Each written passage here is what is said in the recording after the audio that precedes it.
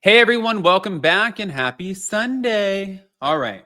I keep saying that. I've said that in every video today. And some people are like, you, Adam, it's not a happy Sunday. You want to know why? Because the TikTok ban took into effect. Some people are sitting around like, I don't know what to do. Some people are telling me download Red Note. Other ones are saying, don't download Red Note. That's not a safe platform. I'm just sitting back. I'm going to observe over the next week. I actually really enjoyed TikTok. I never really looked at it. I just always posted on it. But we had such a great following on TikTok. It's interesting. It's interesting. But we're not back to talk about that right now. We're back to talk about Paige Desorbo being called out, and we're going to share why. So before we jump in, if you guys haven't already, go ahead, pop off in the comment section. If you're not subscribed, get subscribed. Don't forget to hit that notification bell. And sorry, Paige. Let's start right here. So, thank you to Reality Blurb. Joe D'Amelio's former fiance, artist Rachel Durant, has seemingly spoken out against a woman who interfered in her relationship just days following Paige Desorbo's outing with the sports executive last weekend. It was a post shared on her Instagram story just days after she was identified as Joe's ex. Rachel, who split from Joe months ago, suggested that this woman not only sent Joe inappropriate messages, encouraging him to leave her, but also to date her. While Rachel didn't say any names, Summer House fans still suspect her post is about Paige amid suspicions that these messages had been sent during Paige's 3-year relationship with Southern Charm star Craig Conover. Let's just bring up the post, shall we? God, here we go. Okay. Regarding what's been out there this past week during my relationship, disrespectful messages were sent to a man who was spoken for with absolutely no regard or respect for another woman or her relationship, insinuating for him to leave me for her. As my relationship went on, the banter continued, and I was purposely made to feel insecure, and my relationship was undermined. As someone who holds themselves to such a high standard and claims to be a girl's girl, her actions contradict this. I had the courage to leave a toxic situation, and as a girl's girl myself, I'll continue to lift other women up and their relationships up, not try to tear them down for my own good. I refuse to have anyone lie on me, lie on my name, and write their own false narratives about my life. It is what it is, and I wish everyone the best.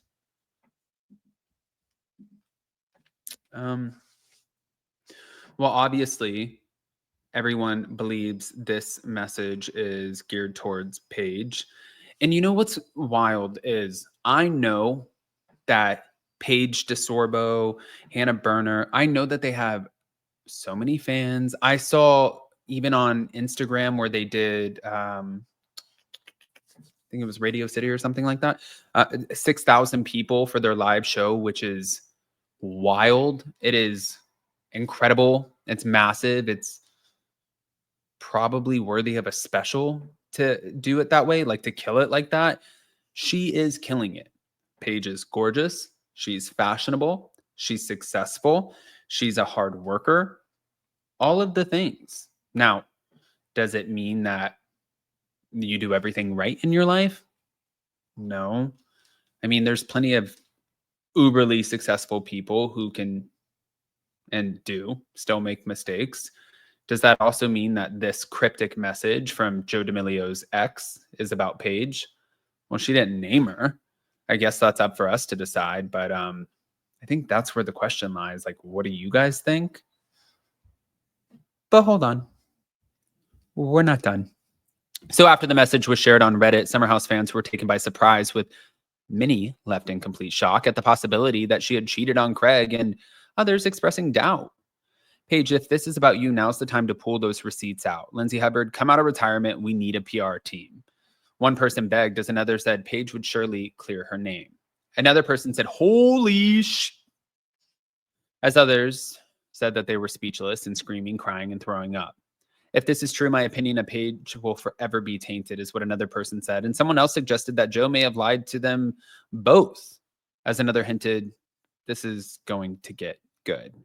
Also in the comments, fans expressed concern about Paige moving on from Craig too quickly and pointed out that she didn't seem like the type to tell someone to break up with their girlfriend. It was, I believe it was Kim from Bravo Breaking News who I had on, who really, really heavily defended Paige and said that she watches the Giggly podcast, the Giggly Squad. She's a part of that, and she says Paige is a girl's girl. She's oh my God, that's what Kim said. Paige is a girl's girl. This woman saying girl's girl. It was kind of like the see you in court. Like I didn't know what that meant. I'm like, okay, does that mean I'm gonna see you in court? I don't know the lingo. But the girl's girl thing, she did say that. And now I'm wondering if Paige does talk about that on her Giggly podcast, like, oh, I'm a girl's girl. And that's where that came from. I didn't really piece that together until just now with you guys. This is why I like having you guys around, because you guys do the work. Now, it continues. So I know that I shared this a little while back, but Leva entered the chat. She said she was sad but not surprised that Paige ended up breaking up with Craig Conover.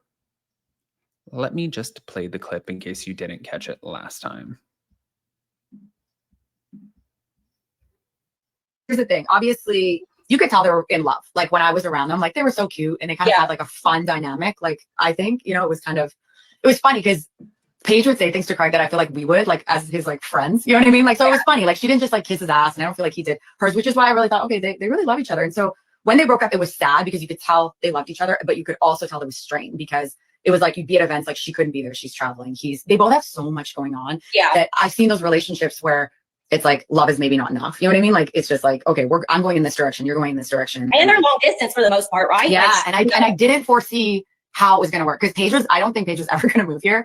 Like I think she'd want to stab herself in the eye. And I don't know that Craig would work in New York. Like I just don't think he's a New York guy. Like I think he could maybe have a second place there. Yeah. I had talked to him even about like homeschooling because I was like, we could because I homeschool my son. I was like, you know, there's ways to do it, you know, be in both places or whatever. So you could tell it was like on their minds. But towards the end, I don't know that I was like necessarily like shocked because I could tell like these are big things that, you know, back in the day, I think a woman would typically just be like, okay, forget my dreams and ambitions. I'm just going to get married and move to Charleston. You know what I mean? And so it's a new generation where we don't have to make all those concessions. And so it could just be a really epic love story. So, yeah. And they'll both find amazing people, I'm sure, in the future. I wish them the best, of course. Yes, I wish them the best. Yeah. Like, is he okay? I checked in with them and I was like, I don't want to speak on anything because you haven't spoken on it. And I was like, I just feel bad. And I reached out to Paige too. I was like, listen, I just want to let you know, like, this is where I stand. This is like, here's the thing. Obviously, you could tell they were in love. Yeah.